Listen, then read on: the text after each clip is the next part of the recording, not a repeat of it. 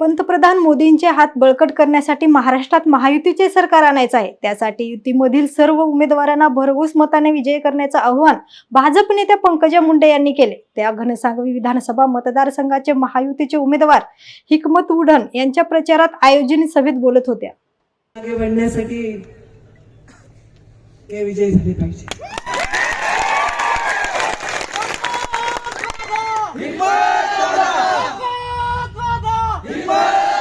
महायुती पुढे जाण्यासाठी ते विजय झाले पाहिजे। महायुतीचा मुख्यमंत्री होण्यासाठी हिकमत उडण विजयी झाले पाहिजे। 10 वर्षाची कसर घालून काढण्यासाठी हिकमत उडण विजयी झाले पाहिजे। त्यामुळे तुम्ही सर्व एक वज्रमुठ तयार करा आणि त्यांच्या पाठीशी आपले आशीर्वाद उभे करा असं आवाहन मी आपल्या सगळ्यांना करते। आचारसंहितेचा वेळ संपत आलेला आहे, म्हणून मी माझ्या वाणीला विराम देते। धन्यवाद। जय